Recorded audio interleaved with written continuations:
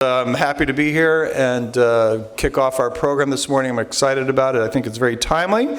But before we do that, as always, I'd like to introduce some of our dignitaries that are with us this morning. So first off, from Newport Beach City Council, we have Councilman Jeff Herdman with us this morning. Jeff, back up here. Councilman Will O'Neill is with us this morning. And he's standing right next to Councilman Scott Piotr. Also, we have a slew of former mayors here with us this morning. So Ed Selich, Mayor Ed Selich, back there. Sitting in front of him is Keith Curry, former mayor. And a mayor that we don't see here too often, but it's very timely that he is here today, Tom Edwards. Tom? Tom also serves as the representative for the city on aviation matters, so I think hopefully he might have something to add to our discussion this morning. Also with us are some of our other board and commission members. So Lee Lowry's here this morning with us, Planning Commissioner. Lee. Laird Hayes. Laird back from surgery, right? He's on our Parks Commission. And then Commissioner I haven't met before, but also very timely, he's with the Aviation Committee, Steve Byers. Steve, back there. We got a lot of people here today. Our Director of Community Development, Simone Jurgis, is here. Simone. Pierce Swan with the Irvine Ranch Water District. We're also, it's that time of year when people are starting to think about running for city council. This is an election year, so we are starting to see our council candidates. So I'd like to introduce Roy Engelbrecht. Roy? Thank you, Steve. Also, well, I think that's, let's see, do we have any more? Okay, that's it. So, don't worry, I'm going to get to you, Stan. Don't worry. Stan wants to be introduced. Everybody knows Stan. If you come to this meeting, you know Stan, don't you? Who knows Stan here? Raise your hand. Okay. Stan's one of our ambassadors. Sheldon is actually the head of our ambassador, two of our leaders in the chamber volunteers. So, getting a little feedback on this thing. So at this point in time, we do have a sponsor for our series, and that's the Credit Union of Southern California. So Dee Dee, why don't you come up here and tell us quickly about what's going on at the bank. I think she's got some big credit union. I knew. See, I do that every time. I call it a bank, but it's a credit union. And she's got some big news to announce, right? Four-letter word. Big news to announce. Good morning. Yes, my name is Dee Dee. I am the current branch manager of the branch office right upstairs here in the library, as well as we have opened a new branch it borders Costa Mesa, Newport Beach, right across the street from Triangle Square. So we have a brand new office there. Please come and see us there if you're in that area. And basically, we are here to help you with whatever your financial needs may be. Steve mentioned New Year, everybody's doing things. Just as a reminder, because it is the new year, if you've had any major life changes over the last couple of years, be sure and check the beneficiaries on your accounts. People forget to do that, and that can create problems. You should check not only your bank accounts, your 401k, any life insurance policies. It's really important to keep those things up to date. So that's my tip for the day. Thank you. Thank you, Dee Dee. Someone else we'd like to recognize is our catering host this morning, Jamie Byers. Jamie's back there in the green outfit. She's got I'm sorry? Mead. We have a Jamie Byers. They're both ambassadors with the chamber. Jamie Mead. And Jamie has a company, a business called Delightful Bites, and so she does catering for homes and businesses, I guess depending on whatever your needs are. So please, if you haven't tried it on your way out, please stop by her display there. It looks delicious, and we thank her for bringing that this morning. So I think we've got all the introductions done, and so why don't we just move right into our program.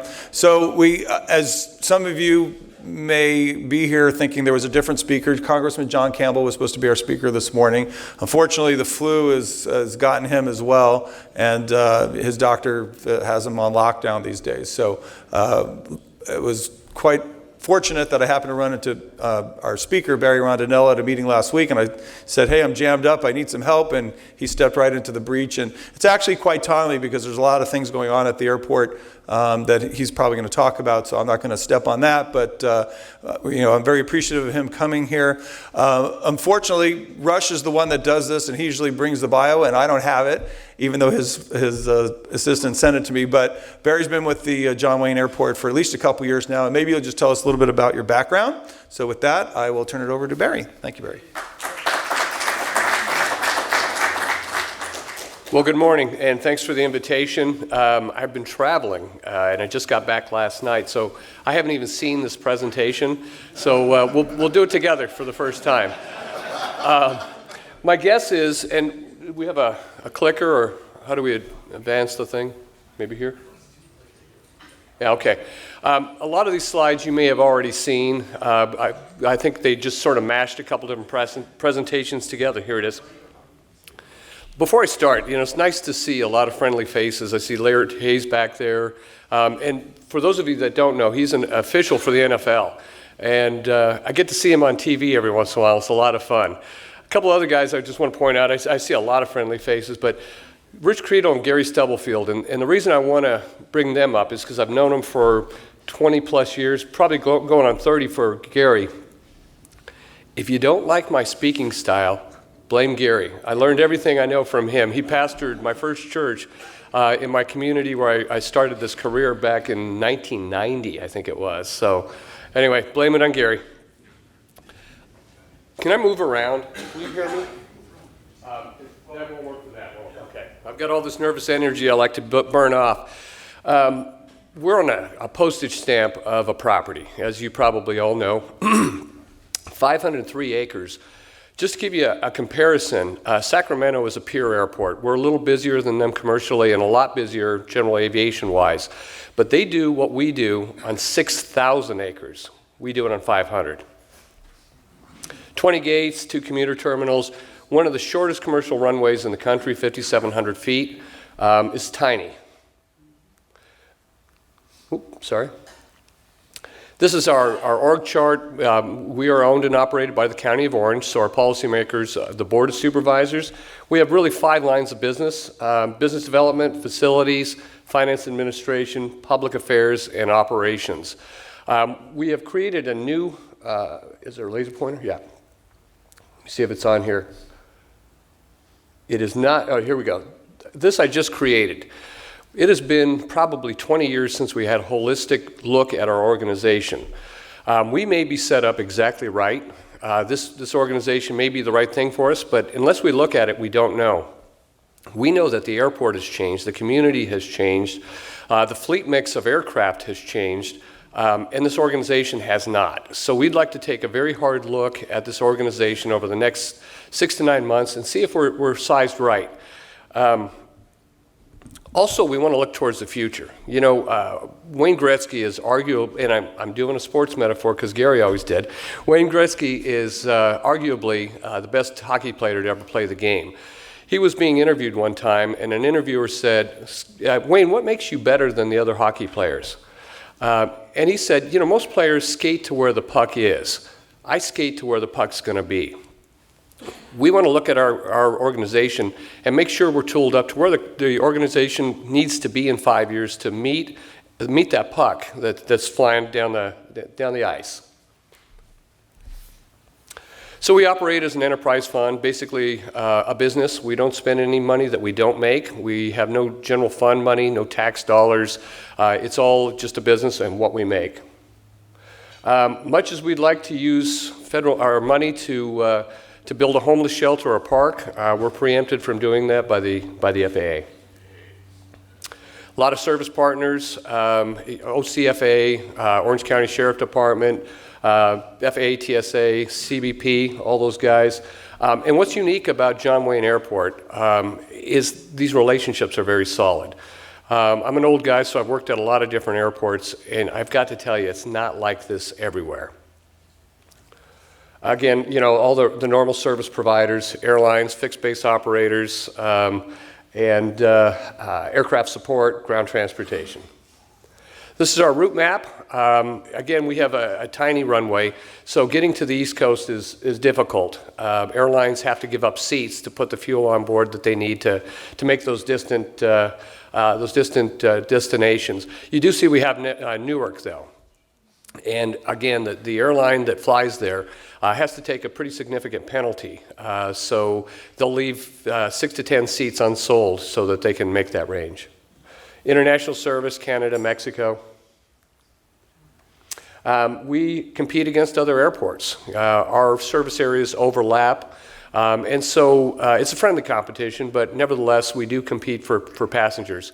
You all know that we're capped at 10.8 million passengers. We reached that cap a couple of years ago. LAX is trying to build as much as they can passenger-wise because passengers equal revenue. And you may have heard they're somewhere in the middle of I think it's a $13 billion improvement project. It's a lot of money. You need a lot of money to fund that. So they're growing. Ontario has room to grow, but really the rest of the airports are probably pretty close to maxed out. We serve about 10.5 million passengers a year, and that's, again, based on the cap. We never want to exceed the 10.8 million passenger cap because once we do, the settlement agreement, which is the glue that binds all of this together, is in jeopardy. So we crank back a couple 100,000 passengers. The last thing we want to do is come to Southwest or United or Delta in December and say, we've got to cut your passengers back, right in time for Christmas. So we try to hold some capacity back. So you'll see us around the 10.4, 10.5, 10.6 million passenger level until 2021, when the settlement agreement allows us another million passengers. We get up to 11.8, and then we'll try to get, a couple 100,000 short of that as well. Top 5 destinations: Phoenix, Denver, San Francisco, Dallas, and Seattle. Some of these are destinations that you all asked us for. Clearly, San Francisco and Seattle are. Phoenix, Denver, and Dallas are really just where the airlines like to hub, and they're just feeding their system. This is part of what makes John Wayne Airport as successful as it is. We have a really great mix, almost 50-50 between business and leisure travel. So one of those sectors has a decline. The other sector buoys us up. So we usually see a less of a dip in economic downturns and a much more rapid recovery than many airports. The other thing is you all make a lot of money. The median income far exceeds what we normally see across the country. And by the way, I'm kind of speeding through these because I do know that there's about 24 slides, so I don't want to bore you to death. If you have any questions, please do stop me, or if you want to spend a little more time on an item. Thanks. What's O&D in the first line? I'm sorry, I can't answer that. O&D is origin and destination. So all of those people, that 89%, are either beginning or ending their trip here in Orange County. LAX, mostly the coastal airports are O&D airports where, Chicago O'Hare and Atlanta, Denver, Dallas are all connecting airports. And it's interesting, I'll just pause here for a second. There's very different issues for O&D airports than connecting airports. And it really surrounds around the ground transportation side of things. Parking, you need more parking at an O&D airport than you do a connecting airport. There's more Uber and Lyft and taxi cab, shuttle bus transportation. I have a question. Yet on the previous slide, operations at a big number. Are those flights, number of flights? Yeah, an operation is a takeoff or a landing. Where does that leave Orange County in terms of rank? I heard it's such a busy airport with all the general that it's maybe in the top 5 in the country. I don't believe it's in the top 5, but it's in the top 5 busiest general aviation airports. And about 65% of that number is general aviation, which is really unusual for a medium hub airport, which we are. Typically, general aviation gets pushed off because, the commercial side is just more lucrative. But part of our commitment to the community is to keep a vibrant general aviation community as really a buffer for growth in the commercial side. I have a question. Can you speak to why you have the Arts Commission on your org chart? We have an airport arts commission. It's appointed by the Board of Supervisors and is advisory to them. And all of the art that you see in the airport is directed by them. Yes, ma'am?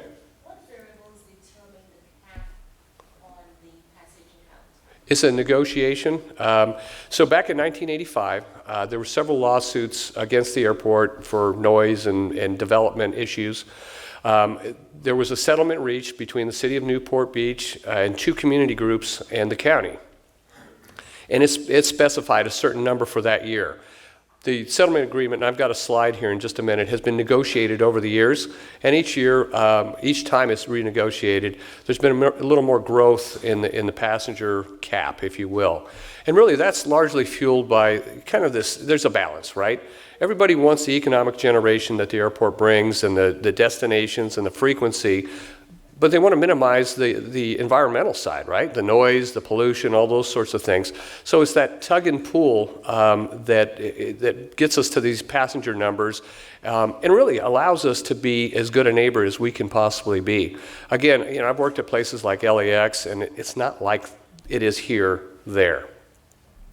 Generally, I would just go back, and I'm getting ahead of myself, but the settlement agreement was signed in 1985. 5 years later, Congress put out something called the Airport Noise and Capacity Act. And it really stops communities from doing what we did here in Orange County.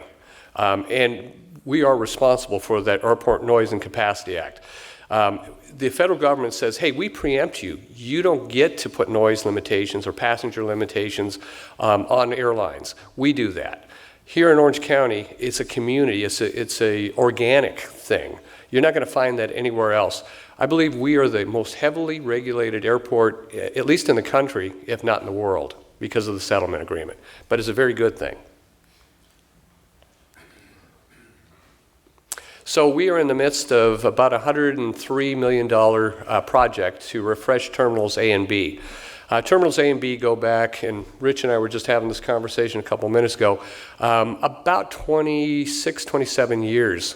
And while they're probably better than most of the terminals you fly through in the country, they weren't up to the same level as Terminal C, which was built about 6 or 7 years ago. So this project largely is bringing those two terminals up to the same status. So there's lighting upgrades, flooring, carpeting, new paint, all those kinds of things, as well as some significant seismic upgrades to the terminals. We made a commitment. We're all about the guest experience. We want your experience to be seamless. We don't want you exposed to a lot of noise, dust, odors. We want you to walk through the terminal and almost not know that there's a construction project going on.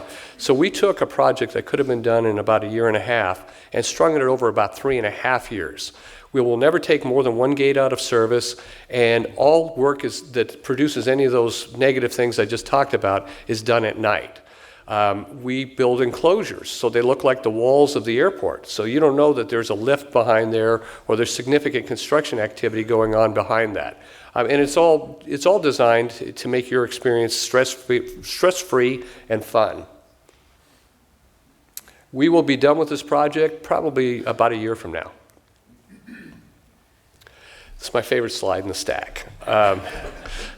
So we were honored with the J.D. Power Award for Best Large Airport in North America this year. There's these 6 things that they rate people on. We improved in every one of them in a significant fashion. We went from number 19 the year before, to number 1. And I really believe it's because everybody at the airport, from my staff to the custodians to the TSA, embraced this goal of providing a superior guest experience. And the result was this. The J.D. Power guys, when they came out to give us the award, marveled at seeing a sheriff's deputy carrying luggage across the street for an old lady. You don't see that at LAX. A TSA agent bending over and picking up a piece of trash to keep the airport looking good. Again, it's a culture that we have instilled, and we're just crazy proud of it. The problem is, thank you.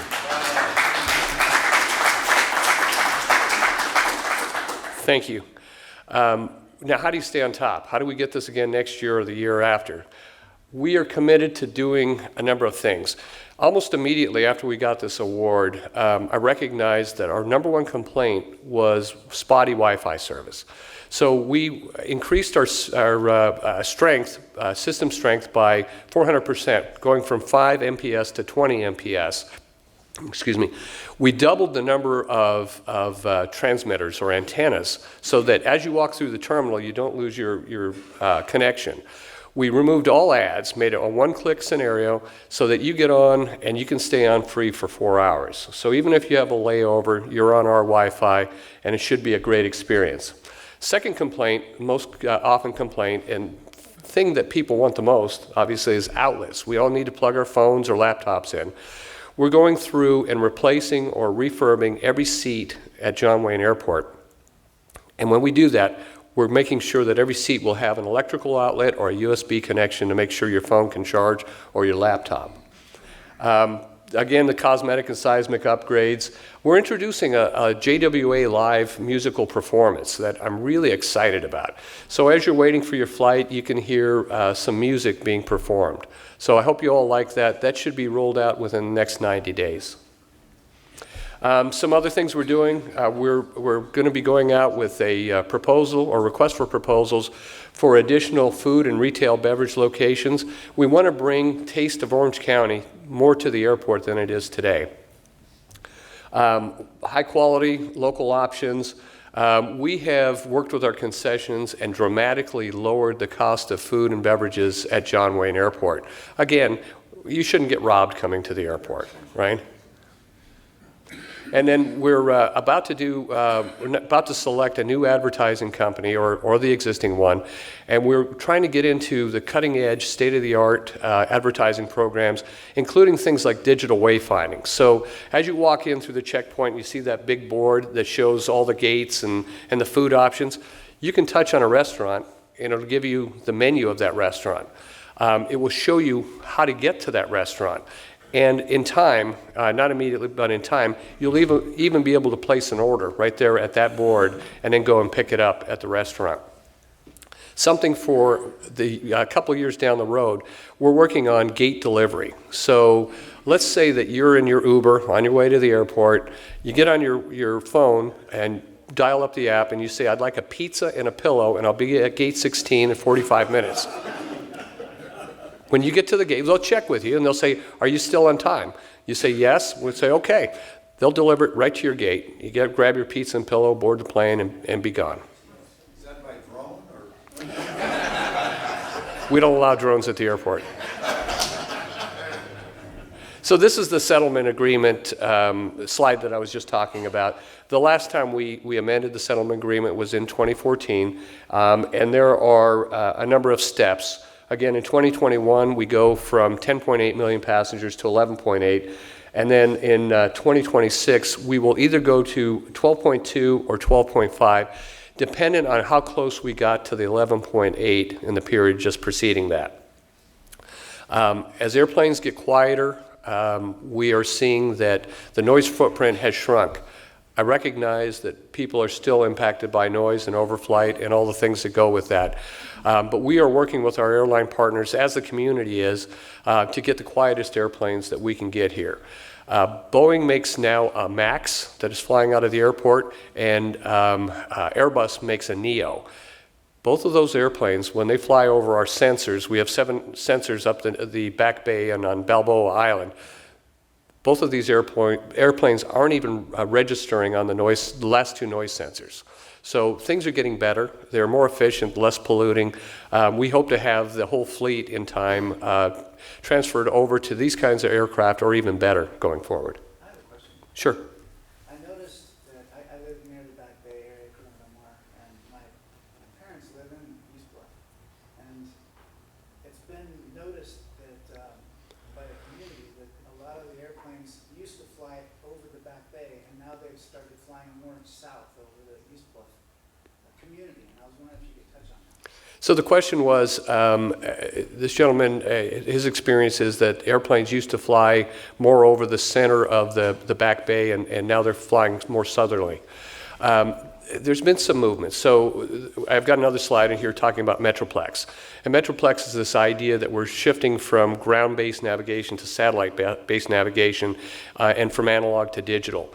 And the digital signal is much more precise. And so we're seeing a narrowing of that band of aircraft flying, departing the airplane, the airport.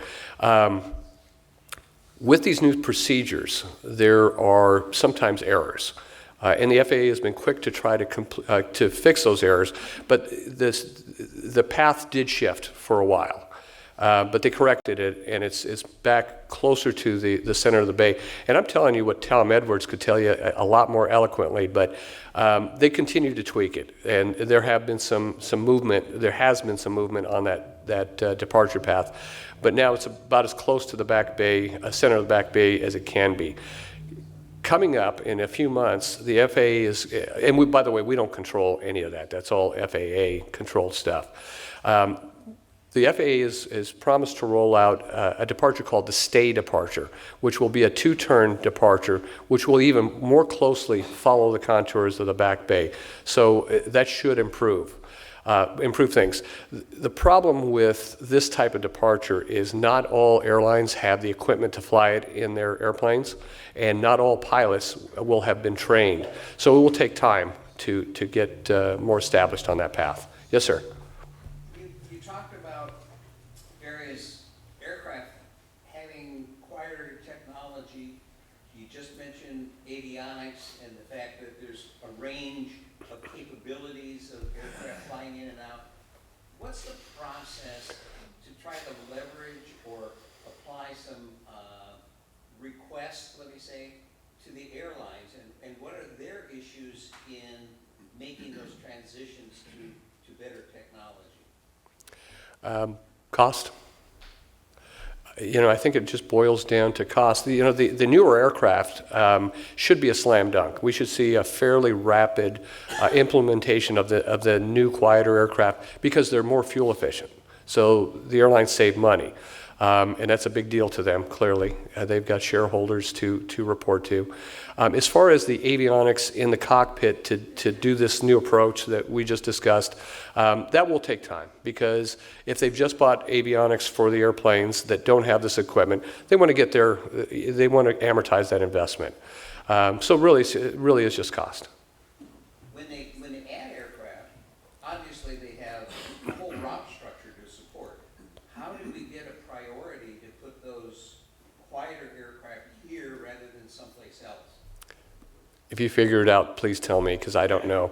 As the city of Newport Beach is doing, and we do frequently, we let the airlines know that we have a very noise-sensitive community. We want to be a good neighbor, and we encourage them. But that's about the extent of what we can do. Can you economically compensate them? That's an interesting question.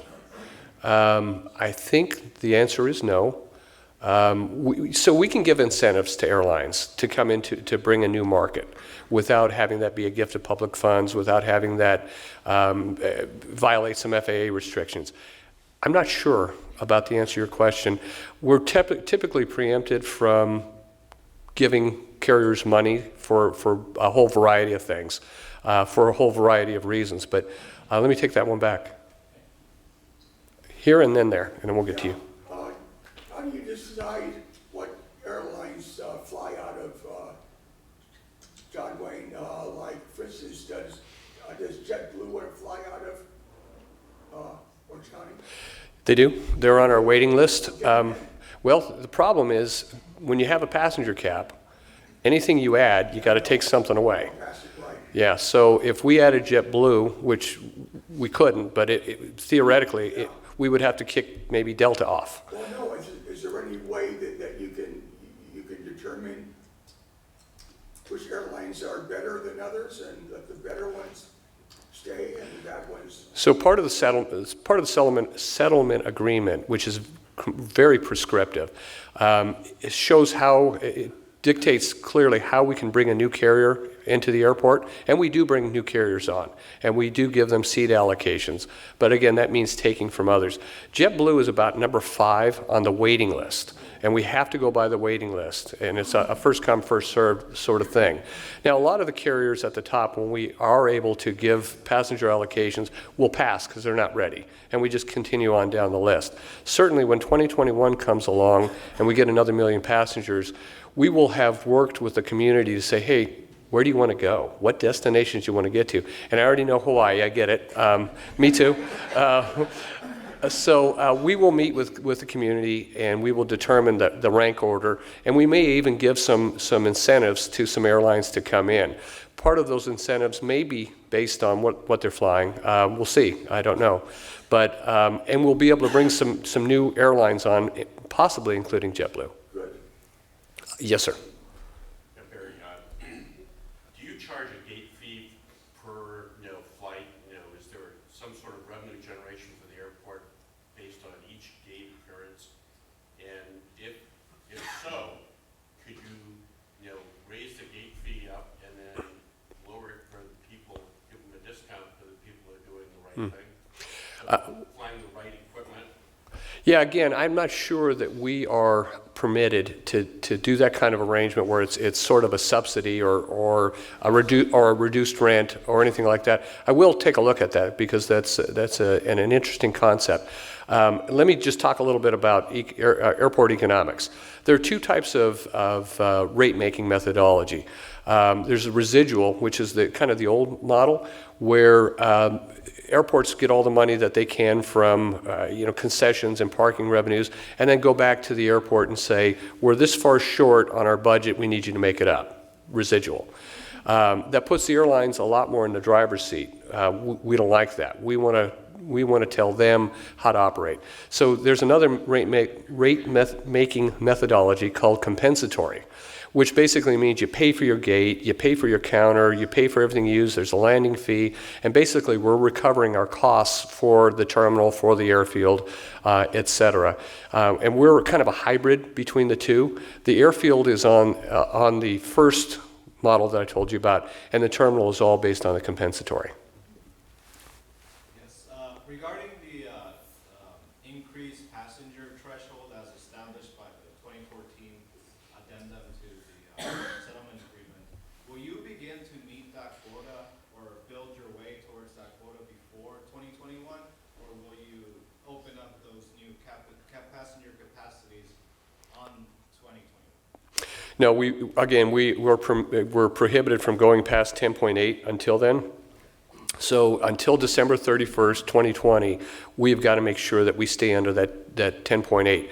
But we will be working very hard in 2019 and 2020 to start cranking up the airline attraction machine so that when we get to flip the switch, we'll be just going quickly to that 10.8 and to hopefully Hawaii and other places. Yes, ma'am.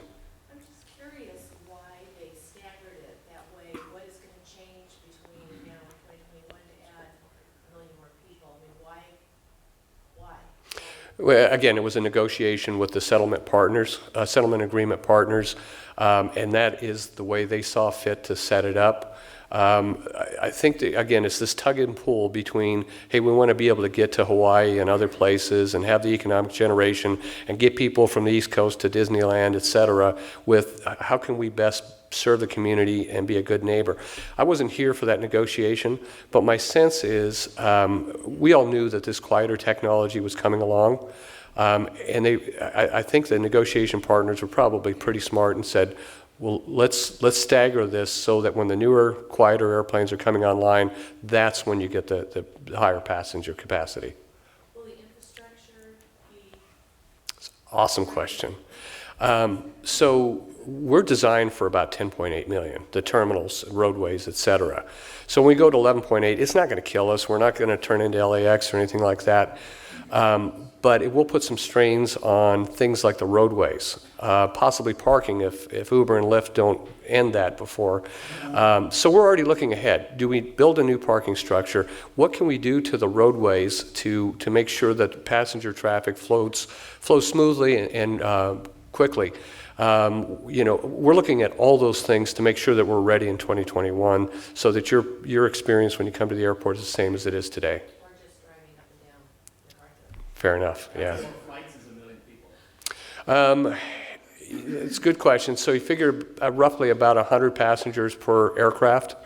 So you do the math because I can't do this standing up here right now. Yes, sir. Yeah, I'd like to ask you about the feasibility of changing the flight pattern so that planes take off to the north for the first hour of the morning. I live on Balboa Island, and a lot of people in the room here are sensitive to the noise, especially that first hour. You know, that's when you got a lot of takeoffs, and you know, the air's calm at first hour usually, and so there's really no advantage to the pilots to take off to the south. Pilots like to take off, and I have my pilot's license, so I know this, that they like to take off into the wind. Even 5 knots of headwind is an advantage, especially for a short runway. But in the morning at John Wayne, it's usually dead calm. There's no advantage taking off to the south. Most of their destinations are to the north anyway, so this would save them time and money, and it would be better for everybody in Newport Beach if the flights could be directed to take off to the north for that first hour in the morning. What do you think about that? Remind me of your name. Michael Oliver. Michael was kind enough to ask me this question on the way in to give me a little bit of time to think about it. And I appreciate that. I really do. You know, I will add to my answer to you earlier this morning. I'm not sure that we have studied that in our EIR, Economic Impact Report. And that's the thing I need to check when we go back. We do have a lot more sensors on this side of the departure side of the airport on this side than we do on the other side. We would also have to look at the impacts of shifting the impact really from the south side of the airport to the north side and you know, residential complaints. But again, as I promised you, it's something we certainly will look into. Okay, one and one. You mentioned that sorry. JetBlue is number 5 on the wait list. I think so. It may be 4, maybe 6, but somewhere around there. Can you name other airlines that Aeromexico, Spirit, Allegiant, it just got consumed by Alaska, and I'm losing Virgin. Virgin was on there. I think they'll have to drop off. So those are some of them. Okay. Yes, sir. Barry, back to this question about changing the direction of the flight takeoff patterns.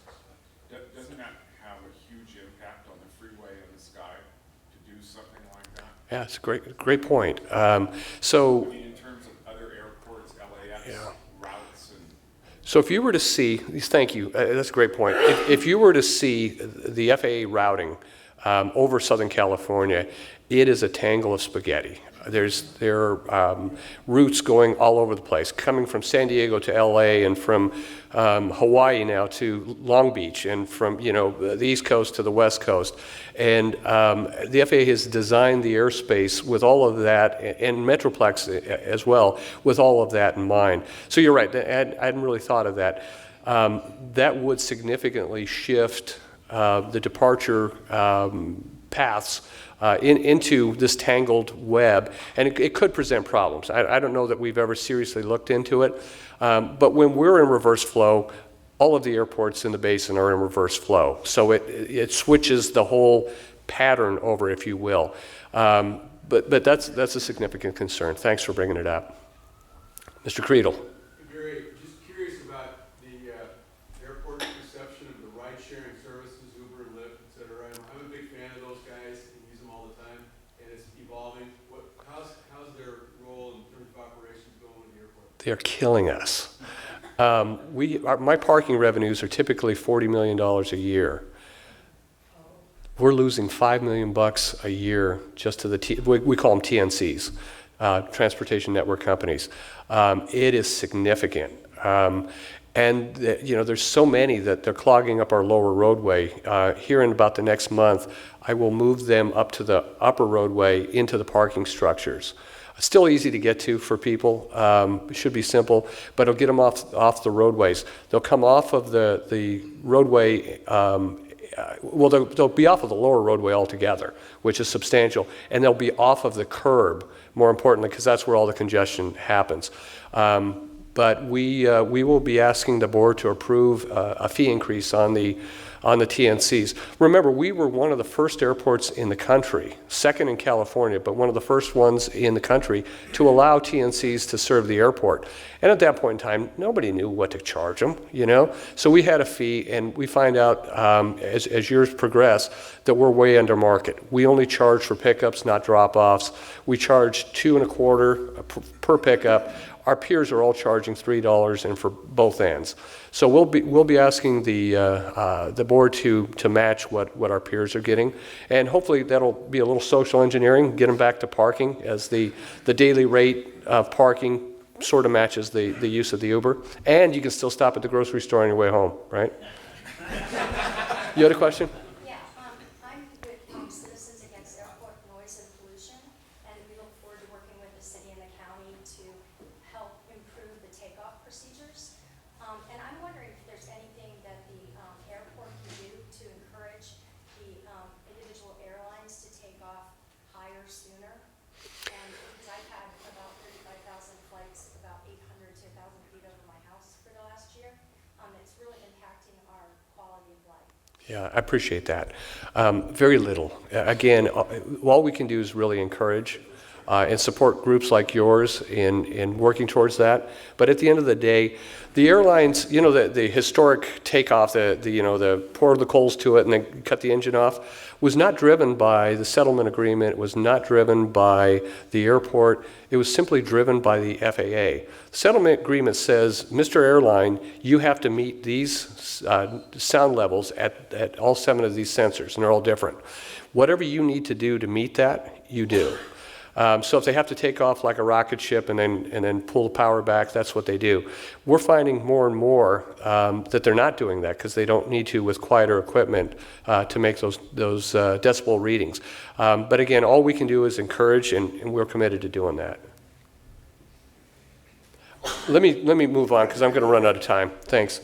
So we talked a little bit about next generation or next gen and the Metroplex. We recently sued the FAA over their environmental document for next gen. And exclusively or significantly, that was because they had, instead of putting the historic flight paths that we have today, they had painted these big swaths that they could change arrivals and departures into. And we didn't feel that they had studied that in the EIR effectively. And so we sued them, and we got a settlement agreement from them, and the settlement agreement simply says nothing's going to change, that they will fly those historic routes, and they won't depart from them, and if they do want to depart from them, they'll have to do an entire another environmental document that will receive input from all of us, and again, if we don't like it, we will probably file suit against that as well.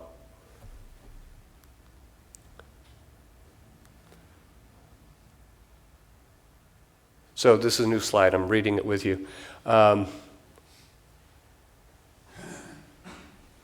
Okay, so again, our role is multiple. We not only facilitate the operations of aircraft flying in and out of the airport, but we also advocate for your positions as well. So we've got kind of a dual role.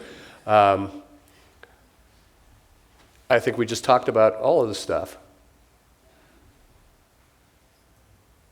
Another one of the protections that we got out of the lawsuit with the FAA is we got some protections against early turns. A lot of folks are bothered when the airlines turn before the coast, as well they should be. So this gave us protection that aircraft will continue to fly out over the ocean before they make that first turn. Okay, so looking ahead, we're in the midst of planning for a general aviation improvement project, and I told you already about the MAX and the NEO.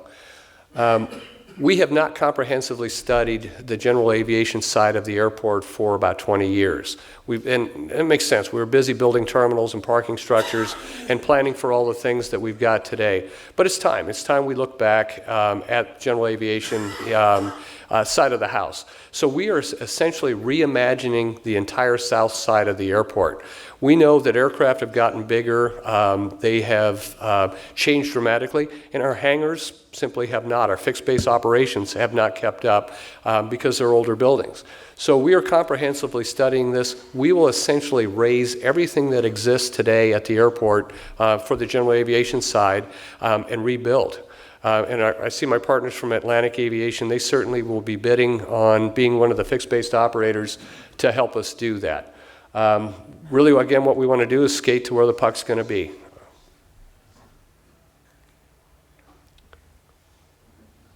Some of the milestones, we've met with the stakeholders intensively to find out what it is they needed and wanted out of a plan. We identified plan options and issued some RFQs.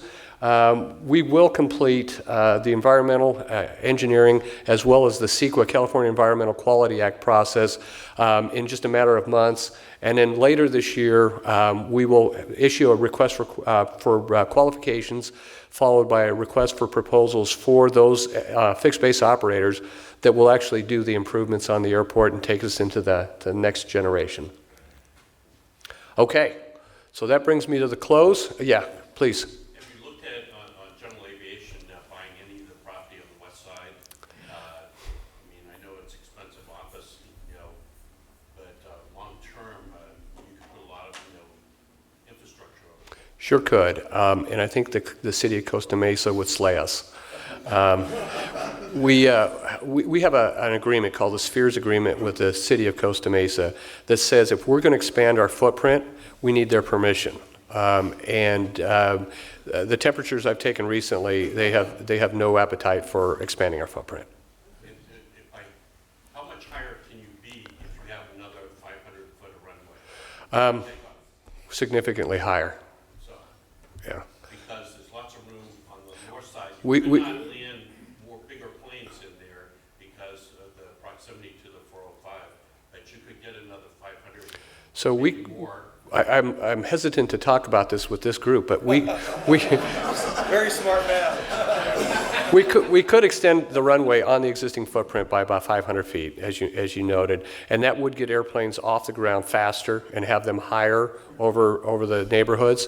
It would also allow us to bring in airplanes like the 787, very fuel efficient, very quiet, and bring us to destinations like Heathrow, honestly. But until there is a grassroots effort to say, hey, the Board of Supervisors, tell that airport director to extend the runway, the guy from LAX is not going to recommend that, okay?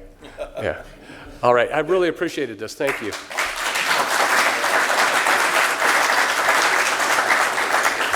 Just to follow up on the last question, I think the official position of the city of Newport Beach is there will be no further expansions of the airport, whether east, west, north, or south. And I believe we're also the city's a member of the Spheres Agreement. So I can't imagine a council member that would vote to allow the airport to expand their footprint.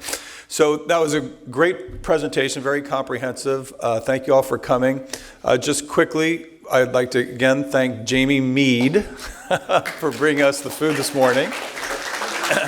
I think she has a little bit left, so if you want to get a plate full on your way out, I'm sure she'd be happy to help you with that. And please feel free to take any of the food we have back there. I'm sorry? Jamie declined to speak today, so I spoke for her, and not very well, obviously. And so I want to thank you all for coming. We do this once a month. Our speaker next month at Wake Up Newport is going to be our mayor, Duffy Duffield. He's going to give a State of the City speech tomorrow night at $125, it's $85 if you're not a sponsor. But it'll be free here, so certainly come back next month on, I think it's March 1st. If you're interested in any of our programs, you can always go on to our website at newportbeach.com and find out what we're doing. Pam, is there anything you want me to throw out there? Just a luncheon, which will be the third Wednesday of the month, and then our mixer will be at the Lincoln Experience Center. Oh, great. Yeah. If you haven't been to the Lincoln Experience Center, that's where our next mixer is going to be. It's always, our mixers are always the fourth Thursday of the month, and our business luncheons are always the third Wednesday of the month. But Lincoln Experience Center is over there at Fashion Island. They have all the different models of Lincoln that they manufacture, but it's a great facility. And then actually, if you're part of a group and looking for a place to hold an event, certainly call them. They basically give you the venue for free, and you can bring in catering or do whatever you want. So, again, thank you for coming. If you're not a member of the Newport Beach Chamber, Barry, yeah, Barry, come on. Is Barry still here? Did he escape? Come on up here.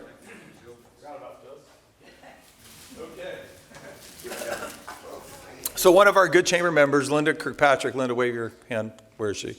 Oh, she had to leave. Okay. She owns a business on 17th Street called Nothing Bun Cakes. She actually brought this for you. So it says Happy Bunt Day. There you go. Thank you. And with that, if you're not a member of Newport Beach Chamber of Commerce, you should be. Talk to Jim Villers on your way out, and thank you for coming.